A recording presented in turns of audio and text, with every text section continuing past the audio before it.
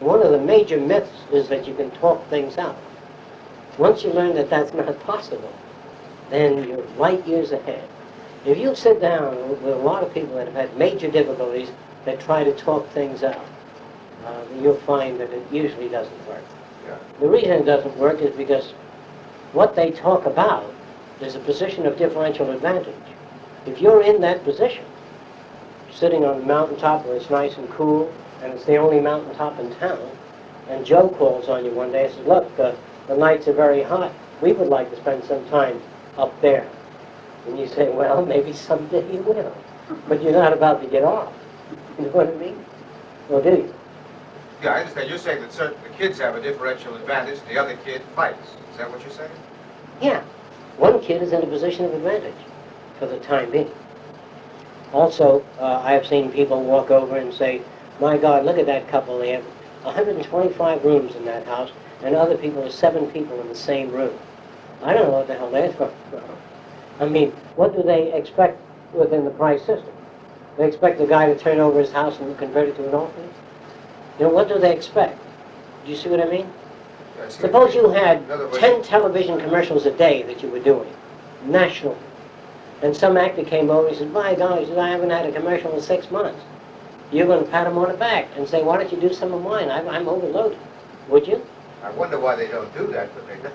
That's You know true. damn well why they I don't do know, it. they're bastards. Because you can't have a Mercedes and a cabin cruiser and 2 kids in college and a world cruise planned next year with that attitude. Right? Okay. That's why they don't do it.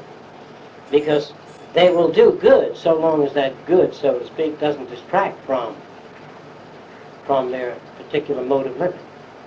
You know, you can get conditioned to a very high standard of living. Where are you going next year? I think you don't even think of that. You wonder how you're going to eat next year.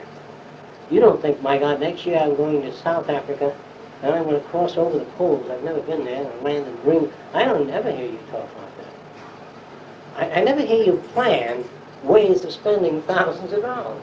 When you come here, you never talk that way. And I know why. It's not that you're not interested. You look through your files to see how you stand, and the conversation's dead, right? Okay. And I just said, I think I mentioned this at other sessions, that most people never live the way they want to. They live the way they have to. Is that right? Okay. Now, there are some people who want to get next to very successful people, as close as they can, hoping it'll rub off. You understand what I mean? You know, I've never met a sweet old lady or a nice old guy that said, I used to live next door to Einstein, I taught him many things. You know, they just says, I live next door to Einstein, that's all. You do, okay? Even if you fixed Einstein's toilet amongst the plumbers, it's a big thing. So you got to remember where people are at. Okay. Now people are at a place by habit. Their habits of thought keep them where they're at. And they come here once in a while, and they hear certain ideas, and then they go outside, and the world works the other way. And they wonder why this system doesn't work for them. Because this system doesn't work except for yourself. It doesn't work on other people. This system is essentially learning how to step over quicksand. As you walk through a slimy area, you know the pattern of mud. You know what I mean? And you step over it. And when the guy says, how come you step over the mud? Everybody steps in it. You say, because I'm an oddball. Now, what do you want? That's the old question. What do you want? Well, a person says to me, all I want is to get along in the world. I just don't want to carry the problems I'm carrying. Then, it's a man of the stock market that keeps saying, I hope the stocks don't go down. And if you don't invest in it, if you've got enough money to live on, then. And if you have any surplus funds, and you put them in the stock market and it goes down, you just kiss it goodbye. People are not conditioned to that. People are conditioned to words like success, amounting to something. I hear this all the time. I'm, 43 years old, and I'm still nowhere. That would mean that if you ask them where somewhere was, what is somewhere? They don't know that either. That's why they can't go anywhere. It's the story of a guy in a dark woods with a lamp that doesn't work. And he says, I've got to find my way out. And you say, what is out? He says, I wish I knew. And you can guarantee that guy will go around in the woods continuously. Now here's another story. Hall always wanted to be able to draw bears, but he can't get a photograph of a bear and he doesn't know where to get it. He doesn't know how to use charcoal or drawing paper. And so what he has is a verbal habit that goes nowhere. There are many people in the world today that are verbally equipped to hurt themselves because they repeat themselves. Whenever you hear that kind of repetition that runs like this, well, God damn it, I had a slip, rather than the living circumstances were so fucking unbearable and boring, I wanted to close them off, and I couldn't. And when I took to drinking, it closed them off for the time being. I always said that if a man didn't drink when he had a problem, he'd lose his mental equilibrium. I would imagine that as long as people have a place they can go, whether it's the Bean Shooter Club or some place to go, and the guy says, did you hit the target today? No, but I'm going to try. As long as you got something to do, I don't care for the Bean Shooter Club, because it doesn't really amount to anything. And like I said before, sobriety without direction doesn't amount to anything. If somebody comes up to me and says, well, I haven't had a drink now in 12, 15 years. I said, well, what do you do with your life? Nothing. Nothing to take. It doesn't matter. But if your life has become richer and fuller, you just don't have time to dull it out. You don't want to dull out anything that's interesting. You don't want to turn it off. And in some instances, you go to a movie that you don't like, and when it gets boring, you walk out. But when you're in life with 9 kids and a wife on your back and in-laws on your back, their claws sunk into your skin, you don't just step out without all those claws connected to you. Okay? But when you drink, you don't feel the claws. They all hang on and they think to stop drinking, and they don't let go. If they let go, they said, look, do what you have to do. And you did it, and they didn't bore you out for it. There are very few people that are free, and the free people are disliked. You meet a person that's free, and they're disliked by everybody. You know why? Because you're getting away with a lot. You know what I'm talking about? A successful person is not really admired, they're disliked. A lot of people don't know this. A lot of people feel very secure when they're around people that said, Jesus Christ, I got vitis, and I got an appendicitis infection, and I've got some dental work, and the guy says, you got nothing. Nothing. And he goes on, he lays out, he opens the thing, and there's no leg there. No, they go through this matching shit. And that's what it is. Psychotics Anonymous, they'll tell you about the trouble they had with other people, and he said, well, let me tell you about the trouble I had with people. And so they tell each other about the troubles they had, and it's better than sitting home looking out the window. That I guarantee. If I had a problem like that, I would go to Neurotics Anonymous or Alcoholics Anonymous. I'd go somewhere where something was happening. It's better than sitting home looking at my face in the mirror saying, you again, with your same old shit. And that's where most people are at. They get tired of themselves. But they hope that other people won't. That's the big myth, that other people don't know you as well as you know you. So you go out there and you do this, and say, do it again, you do it again. These people accept you. Now you feel comfortable. But it's not real acceptance. It's that they're so fucking bored that this amuses them. But you come in 3 days in a row and do that, see how far you get. They'll go right off in the corner and kick down. But if you do this, then they'll turn around for a minute, and they'll go away again. Because the idea is that most people that seek a solution to their lives with the company of other people are not going to find a solution to their lives. That's the answer. Now, what is a solution to a person's life? Well, when I use the term solution, I mean something that would ease the state of affairs. And it runs always the same pattern. To become interested in things other than yourself. That's a tough assignment.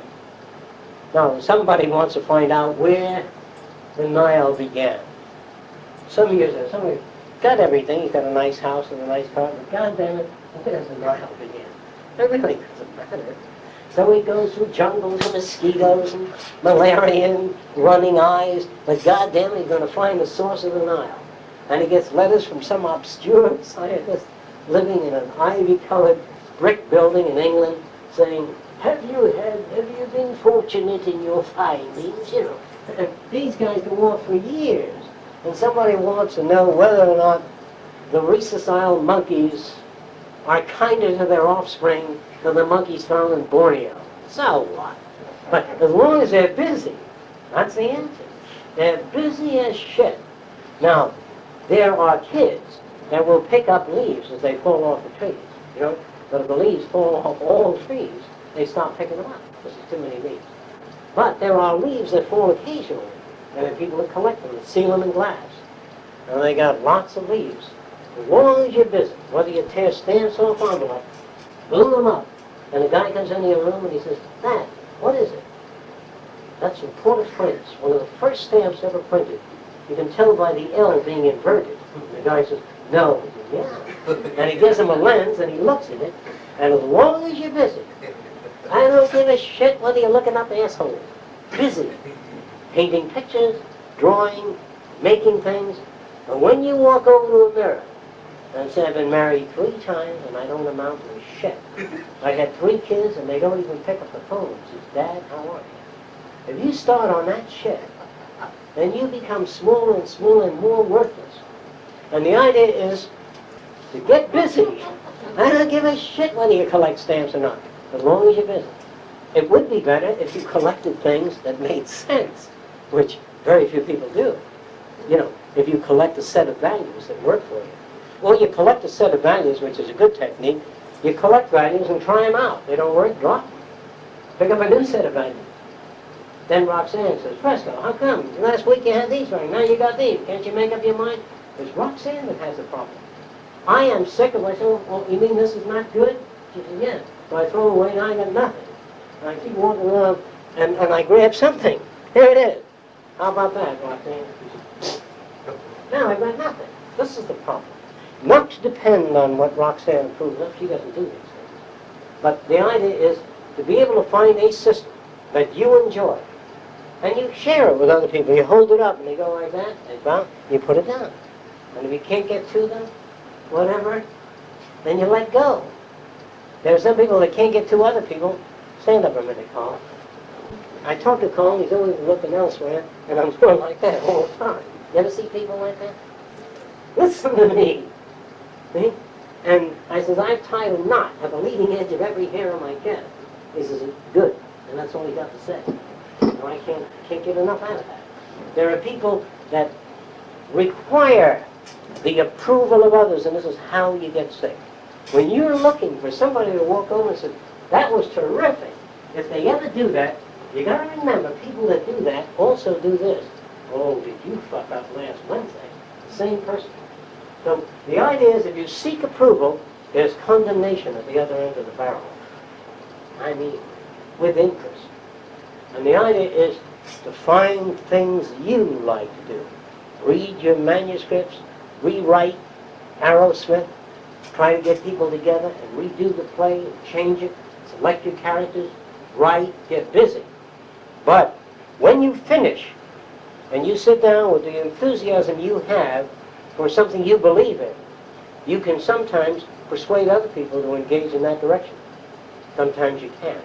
And when you can't, the cumulative record that you made of all the things that you have found out, that you hold up, and people say, "Frankly, I don't give a shit." Well, sometimes people go home and they tear up this thing. Once you tear up this thing, it is symbolically that you could never do anything and ever feel it was good unless Van stamped okay on it. And I'm trying to tell you to say, fuck Van. Write because you like to write. Submit it because you want a reaction, not approval. And Van says, the midsection, if it's changed, will be great. And this portion here, change that and it'll be good. Then you show it to Joe, and he says, "Jesus Christ, you got nothing in the middle and nothing here." These are different reactions. You can't do a hit movie. This is nonsense.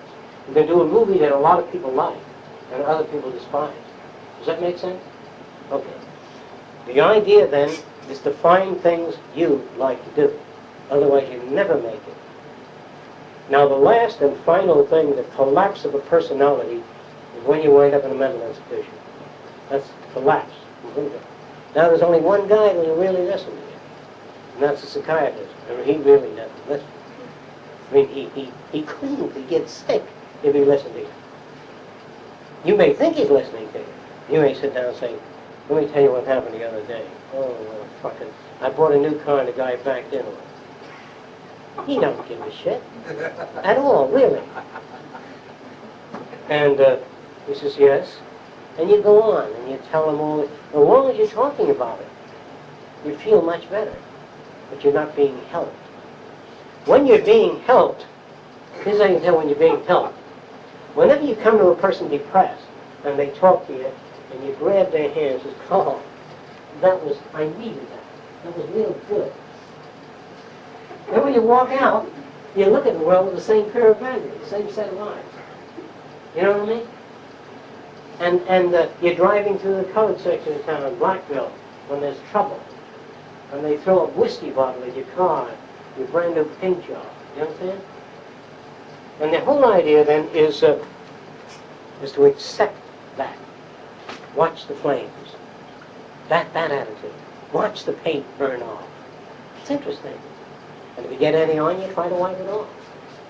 But not, you don't do this. You don't say, Jesus Christ, if I didn't drive through that part of town, I'd have had a good paint job on my car.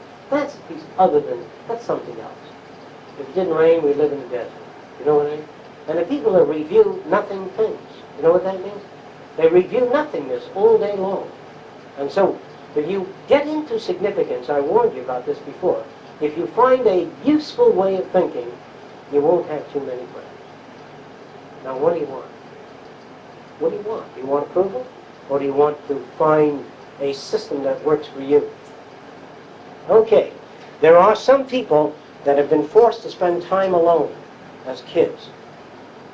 I don't know whether they did clay modeling or drawing or wood carving, but the longer you spend time alone, you learn to live with yourself.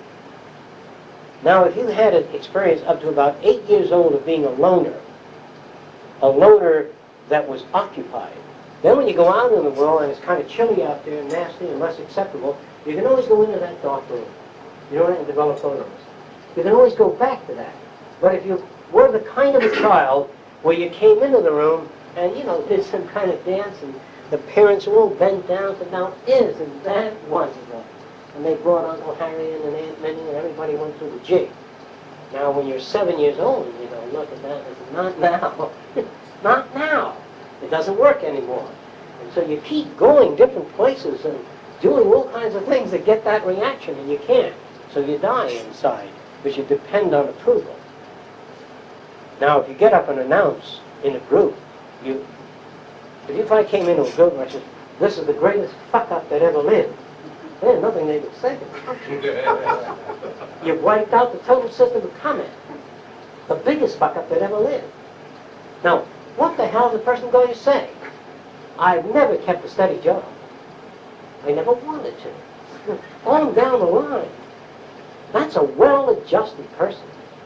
But the person that has problems comes into the room like this. He says, the reason I can't get a job is because of my sister. That's why. Nag, nag, nag, nag, nag. Don't you laugh, because you did it too. There are people that always got a big bunch of shit they carry around, a file of the reasons for their failure. But if a guy says, why did you fail? Because I'm in no good shape. It's that simple. And the guy says, my God, how can you live with myself? With yourself? You say, I couldn't until I realized it. Is that all right? No. I remember sleeping in a bed with one spring that was loose, and I didn't have any equipment to deal with that problem, so I learned to sleep around the loose spring. Kind of an odd position, you know? And that was the best I could do at the time. Or maybe I took a portion of an egg crate and stuck it over the spring area and something, and I slept and I had an odd pattern in my back. But I accepted that because I entered into the agreement of sleeping on the bed with a lousy spring. Now, the bit is essentially this. You have learned, most people have learned to do that in areas. And I find everybody to be magnificently well-adjusted in particular areas. And the well-adjusted person in particular areas runs like this. The ability that we have to accommodate to awkward terrain. We come, before we get to the hill, before we get there, we look at it, and we see the angle of it, and we lean in accordance with the angle of incline. And we start walking up the hill. It's good. Then when we get to the top, there's an angle of decline, and we learn how to walk like that, down the angle of decline. Then when we get to the bottom of the hill, we find the sidewalk is tilted, and we learn how to walk like that. We adjust to the angles of inclination. If Carl turns a high studio light on up that, you go like that. And if it gets brighter, you go like that. That's called accommodation. Within certain ranges, we accommodate. But if he turns it on, 10 million candle power, that we don't have the range to accommodate to that. We die if we don't get out. Okay. All of us always accommodate. We look at a place and we see that we can't get our car in. That's too narrow if we have that kind of judgment. An excellent accommodation is to leave that parking lot. We do it all the time. We go to a mechanic, and or we go any place, and here's a particular thing. Here's a boat you have, and here's the dock, the only available dock. You go by, you slow up, and you leave. That's accommodation. That's not running away. Because when he comes home and I'm his wife, I say, oh, you know what time it is? He goes, and he comes into that fucking prison. That's a trap. Look at your shoes, full of mud. Clean the carpet and all that sort of thing. Now, I've never met anybody that designed a house with a bowl-shaped bottom and a drain here and a chain that you pull and flush everything in the house down the drain. I mean, if it's that important for you to keep a clean floor. You understand? Now, there are many swimming pools here. There's a don't forget to take a shower, public swimming pool, before you enter the pool. Well, that's all nice, but with the pigs that I had, they couldn't get to the pool unless they went through 9 showers. There's no way to get there. Now, what do you want? The whole idea of trying to legislate sanity and legislate behavior is a big job. But the idea of, this is what environmental rig means. You rig the environment, so this guy over here doesn't say, did you take a shower before you enter the pool? You'd never know how he got to this point, because it's all enclosed. He couldn't get to that point without going through 9 showers. Does that make sense? All right. Now, if you walk into one of our restaurants, you get weighed on the way in. Not laid, weighed on the way in. And then on the way out, if you step on the scale, it says $9 for the dinner. You know what I mean? On your way out. You pay according to the calories you take in. Now, if you rig the system like that, people would say it's too mechanical. But if you turn them loose on their own, without law, if you had a land without law, any kind of law, you would have a law. Another law. You know what law it is? They have slang for it. Law of the jungle. They have another one. Things are always lawful. No one ever violates the law. A big fat guy walks lawful. That's lawful for his weight. And you say you're big, fat, clumsy twat, you got something wrong with you. He's all right. But if a guy becomes that fat, or a gal, like 600 pounds, the well-adjusted 600-pounder looks at a chair as you do. He says, I wonder if the legs are going to support me. And he sits there, and he starts bending. And he gets off, and he laughs. That's a well-adjusted person. But the person that's sick doesn't sit there. He doesn't try. He says, it's glands. It may be glands, whatever the hell it is. Apologizing for your lifestyle is an illness. Another interesting thing is to go to a place where there's a lot of people and dress very well, expensively, if you can. The guy says, what does that suit cost? It's $700. What do? Nothing in particular. You must be rich. I am. And then you can be a bum. Then you don't have to do anything. In fact, if you're just sitting home in front of the pool, fanning yourself with a cigar, the guy says, what do you do for a living? You see that hotel over there? You mean the Fontainebleau? That's right. Why, they're here saying. They'll make assumptions. He must own it or have shares in it. They're the ones that have nothing to do. There are a lot of people with nothing to do. And they sit around at resorts. And they want something to do. So they say, oh, you're new at this resort. Paul says, yeah. What do you do? Nothing in particular. You want to play golf? Never play golf. Game of cards?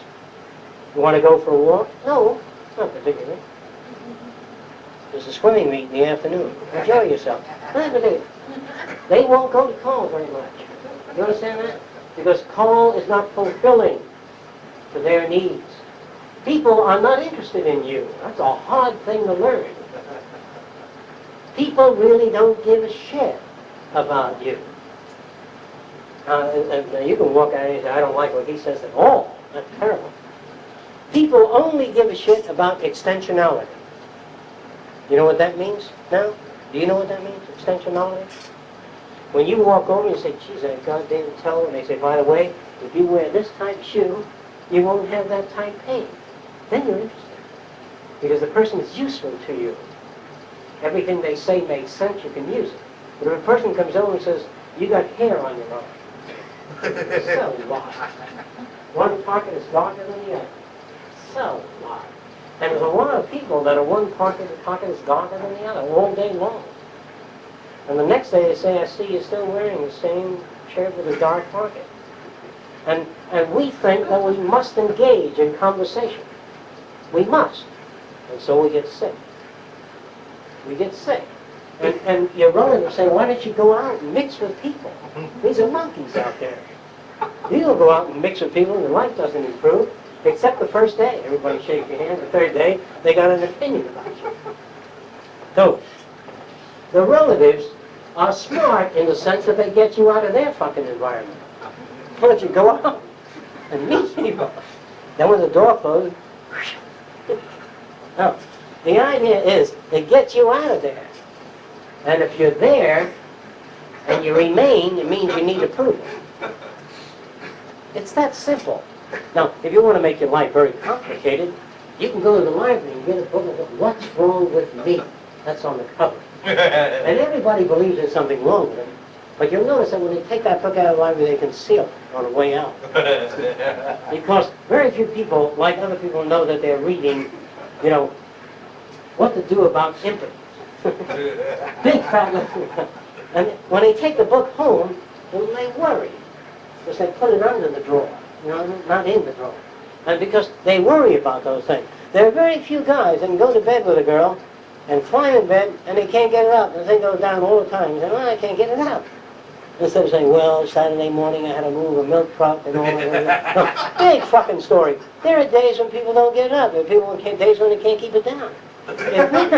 But don't worry about it. Sitting home, getting the handbook, relax first. So first relax, smoke a cigar, have a glass of wine. And they have a glass of wine, and they sit there waiting for the fucking thing to come up, like that. And it goes up a little bit, then it falls down again. And then they pick up the words, maybe I didn't understand it right. The whole idea is whenever I bring a roast turkey to Joe, he says, I'm not hungry. That's what it's about. Whatever the physical factors are, you're not that interested in it. Or else there are other factors. But you don't have to sit down and explain away your sore asshole. Except unless you visit a doctor. Because I notice you walk. You say, yes, the piles hang out. And it's very difficult to walk any other way. And that's why I'm here. Then he says, bend over. But before he bends over, we have a habit of looking at his fingers. And proctologists have extremely large fingers. I don't know why. They really have thin fingers. And they really insert it in gently. It's... most of you girls don't know what I'm talking about. And the world you live in is made up of intellectual proctologists.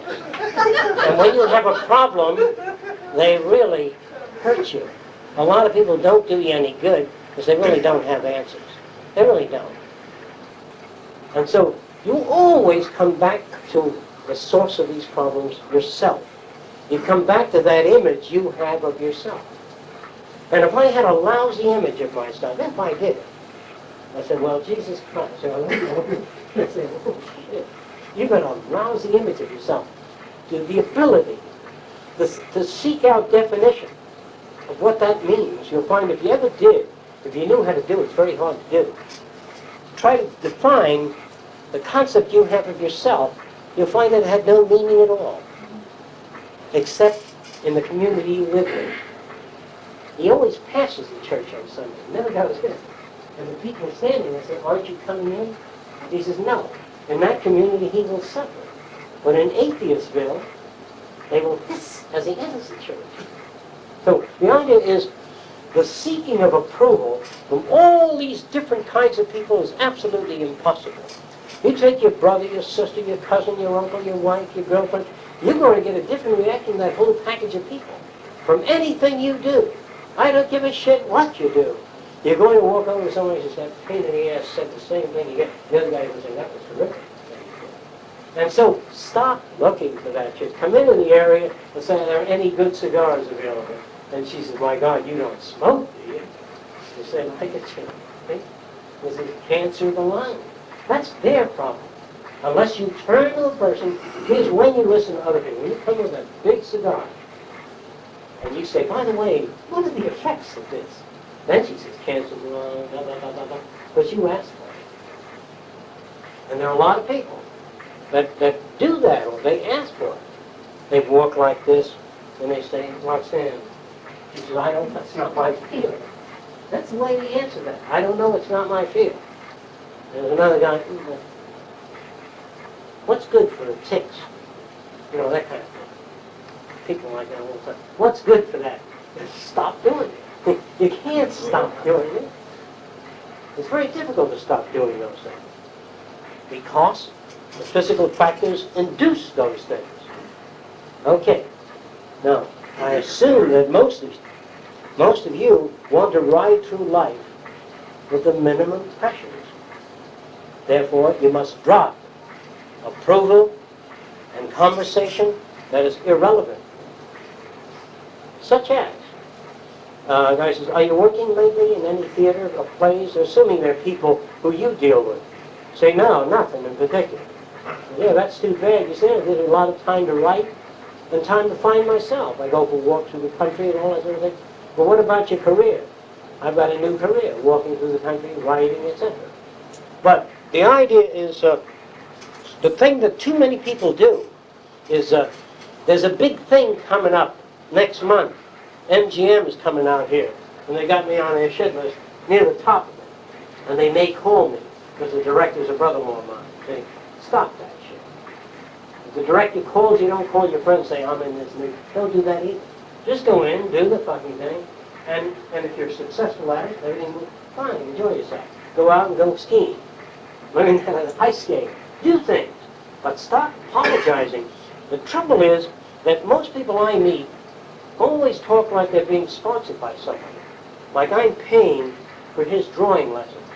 And if he doesn't draw, when I look over the table, he gets a cold sweat because he feels he should be drawing. You understand what I mean? If I send him to drama school and he's reading the Comics Weekly, I resent that. Normal people do. Oh, damn it, why aren't you reading something about what I'm sponsoring you with? Don't accept sponsorship of that kind. I accept sponsorship, by the way, and I'll tell you about a particular case. This guy said, I would like you to develop this kind of thing for me. And I said, he said, how long will it take? Does it take about as long as it takes for me to develop it? He said, well, give me a rough idea. 3 months? 2 years? Do you want to take it on? He says, yeah, then you got no problem.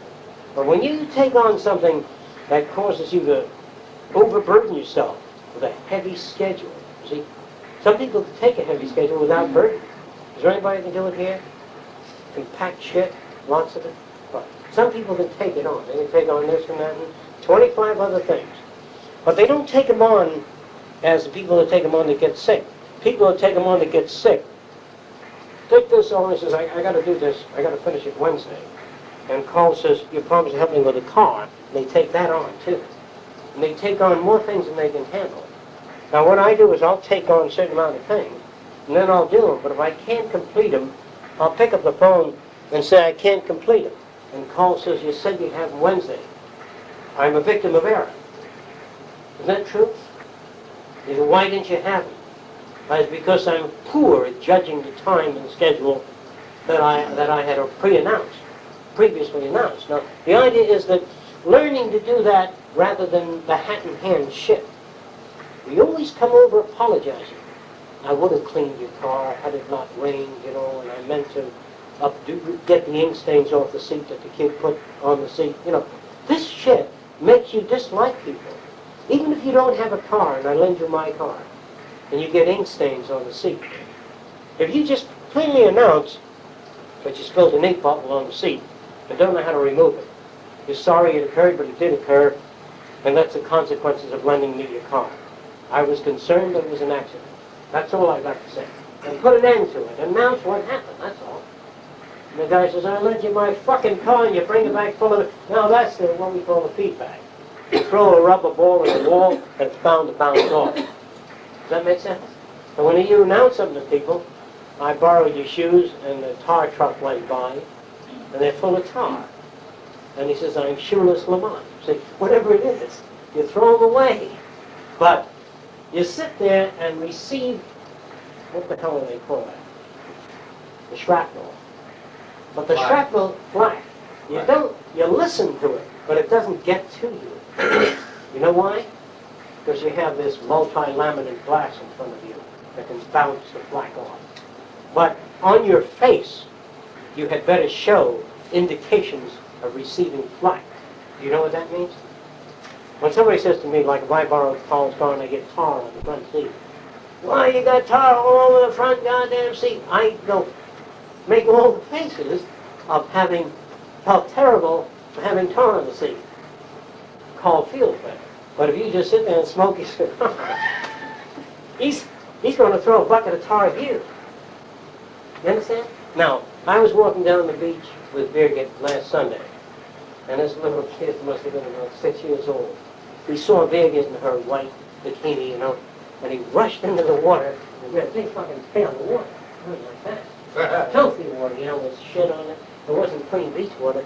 And so I held him, took him down the water, took the bucket of water, and poured it over. I wasn't angry at the kid. I went over, and his mother was laughing. Now, that is... Now, if the kid... I was not mad at the kid. Because a kid that grows up, that just does whatever they feel like doing, is really headed for a lot of problems. They only made one movie, I think, with, I forget the name of the actor, some kid threw some oatmeal at him. A little bit. Clifton Webb. Yeah. And he took a bowl of oatmeal, put on the kid's head in the movie. But they don't like things like that in the movie. You know what I mean? But I thought that was a great and well-received scene. But so long as you don't get angry at the kid, so long as you laugh and put the bowl of oatmeal on, you don't hurt the kid, don't crack it on his head. But the idea is that if people think they can get away with it, and you let them go too long like that, they become unmanageable at a later date. Now the idea is, Biggin, since he wanted to kick that kid's ass. Now, I understand that. That means you resent the act, and you resent the source of the act. But you can pour water over the kid as you part some sand to get through. Just like that. You do it as a strategy, rather than get involved. Now, when do you get involved? Or how involved do you get? Everybody gets involved up to a point. You get as involved as it's necessary. I can't answer that specifically for you. You know what that means? As is necessary. If he shows me how to grind a lens, I then say, how do you mount it in the telescope? I have to get that involved. Then I have to say, how do you know where the focal length is? Then I become involved to the extent that I want to build a telescope. Now, if he starts grabbing out his fucking handbook of telescopes and shows me a collection of the world, I say, I'm not interested. I'm just interested in that one. He say, well, I was only trying to help you, goddamn asshole. No, people do that. Now, if you can say, I'm not that interested, and he starts to shit about your own good, and you turn around and say, I'm really not interested. I've done that. I've done that experimentally, but I was not mad at the person. Some old guy come over to me and he says, they're putting up a lot of new buildings here in Miami Beach. It's fine. What he wanted was engage in conversation. And I said, I really am not concerned. He says, so many new buildings. I said, I'm not concerned about that. And he said, do you live here? I said, no. So you're vacationing, there's no. Couldn't get anywhere in conversation. Another time, a guy comes in, I was waiting for a bus. This is a true thing. He said that the kids are crazy today. Moving forward. He's about 60 years old. Making love in a car, smoking pot, all down the line. He kept us delivering. Whatever he was doing. And I was smoking my pipe. I was waiting for the bus. And then I turned around and I said, "What a smile, you're full of shit." And he said, "What do you mean?" I said, "You mean you never fucked around as a kid?" He said, "Well, I did." I said, "Well, you forgot. You must have made out in the rumble seat once in a while." I said, "Maybe you're sexually cool then, aren't you?" He said, "No, what do you think I am?" I said, "Well, these kids just do what you used to do in the open. You used to go under the bushes, New Jersey, around the corner, in the back of the barn, up in the attic. Now they do it out front." He says, "That's true." I said, "Remember that, that's all." The only thing is that people just don't seem to remember. And if you can remember, if you can maintain a certain attitude, just maintain a certain attitude. But we take things as though there were mechanical objects out in the world that delivered oxygen to you. And Arlene is sitting and fiddling with the valves. That's real. If she controls the valve of the intake of oxygen and cuts the carbon dioxide system from moving out of the exhaust system, that is real. That's what we call intervention. When a person walks over and says, "You look like a policeman I used to know that used to beat up kids." That's no real intervention. They pick up a club and come toward you.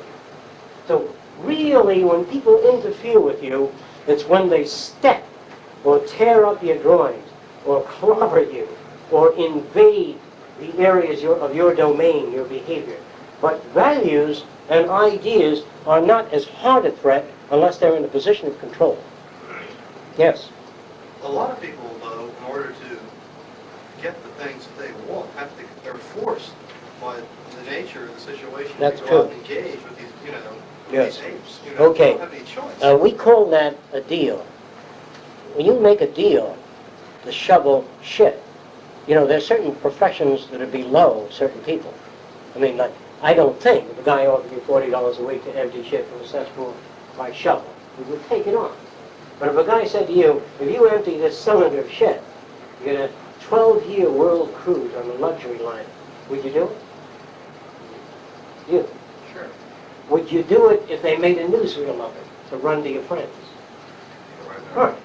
I'm just telling you that anyone will shovel shit if the deal is right for them. Is that right? And any job, to a certain extent, is shit shoveling. Only the shit is different. It's not fluid like. It's different types of shit. And working with people. People say, I like to work with people. A lot of people that like to work with people have the reins in their hands. You know what that means? Guy says, "I love being a director, producer." He says, "I love it." So he gets up and he says, "No, not like that, like this. This is the guy that's the son." You know what I mean? He's killing the scene. But a guy that likes to be a director and producer is a guy that says, "All right, I want you over there, cameraman up there, and you back there." And he loves his job. Everybody moves. He said, "Why aren't you over there?" I said, "Well, I think it'd be better here." And the big guy comes over and carries out. He loves his job. Now, there are people that don't like their job, and they're the other people. So when you meet people that love their job, you don't find they're dictators. They're running the show. Is that clear? Anybody that doesn't understand that? Okay. And if you want to live longer, try to get in a position where you run the show. And if you want to live much longer, try to get in a position where you run the show, but the people you work with think they're running. That's a very difficult thing to do. In other words, here's how they do that. That's been done many times. A guy with a white collar grabs a kid when he's very young. He says, "What's the greatest thing to do?" He says, "Go out and play." He says, "No, sweep out the church." Now, what's the greatest thing to do? Sweep out the church. And what's the greatest thing to do? Wear a white suit and pick up the funds being contributed to the church. It's the greatest thing. And they give the kid all the greatest things to do. And everybody's doing the greatest thing, and the church is going.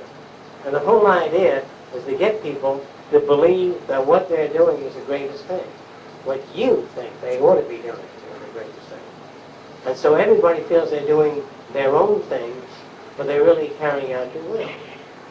Because the king, or the movie stars in the early days, you don't remember this, I think it's before your time, where a very big, what they call a very important movie star in the old days, people would come over and gather around and be thrilled.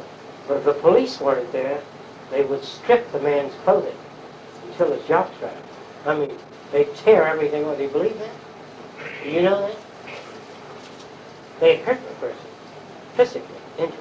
And if you had 10 million people unrestricted, and you were very famous, you would die of the noise level and the continued people at your door saying, can I have an interview? Just 2 minutes, 3 minutes. You understand what I mean? Now, he would rarely wear the mask of a leper as he opened the door. Or the sign of cholera with running swords. Come on in. They will whisper to everyone and they'll run away. But people wouldn't, they don't think that way. They don't think that way because the thought, that kind of thought process bothers them. If you had to walk through an angry colored black section of 90 blocks long at 11 o'clock at night, the only thing is to be black in rags with an alcohol bottle and torn pockets with nothing in them as you go through. And when you see another black, ask them for a nickel. And you'll get right through. But if you dress real well, hang on to your wallet, and walk like that through town, you'll be clever. Now, I always ask the person, what is it that you want? They say, I want to get through that part of town. I said, this is what you have to do. Well, that's disgusting. And they wear their top hat, and they walk in, and they get killed. Now, the idea is, what is it that you want? And you say, but that's being a hypocrite. You're always a hypocrite. Now, you've got to be a hypocrite of survival. That's all. To live in this world. You don't live in heaven. People are not reasonable. Stop asking people to be reasonable and logical. There are some people that are more reasonable than others. But don't start looking at, did I do the right? There is no right thing. If you start living for the right thing, then you'll die. Jesus did the right thing and they crucified him. Now, if you want to be crucified, do the right thing. Now, if you do the right thing is to orient people to think whatever you do is the right thing. If you're wealthy, no matter what you do, you're called an eccentric. You can buy 9 yachts, move them off the coast of New York, off the coast of and sink them. That's how it is. I wish I had that kind of money to sink yachts. But if you do it, they put you in an asylum. Howard Hughes did something. He went to a hotel. He says, I want that room up there. I said, no. He bought the hotel, fired the guy, and he moved up there. Now, you do that, and they call you crazy. But Howard Hughes was offered rocket. He's always been on rocket. He's an insane son of a bitch, a very stupid guy. But he had enough money that poured out, and he said, how can he be stupid with all that dough? Well, you're only stupid if you don't have any. And this is part of the value system. Who are you? Don't tell me anything. Just drive up in a Rolls Royce. You don't have to say a fucking thing. A Rolls Royce and an $800 suit. And some little guy walking behind you with a briefcase. Don't say anything. They will do all the talking. You understand that? Now, if you want approval from that kind of shit, then you got to be sick. Is that it? Okay, any questions? Shall we go for coffee? Coffee? Coffee? Coffee?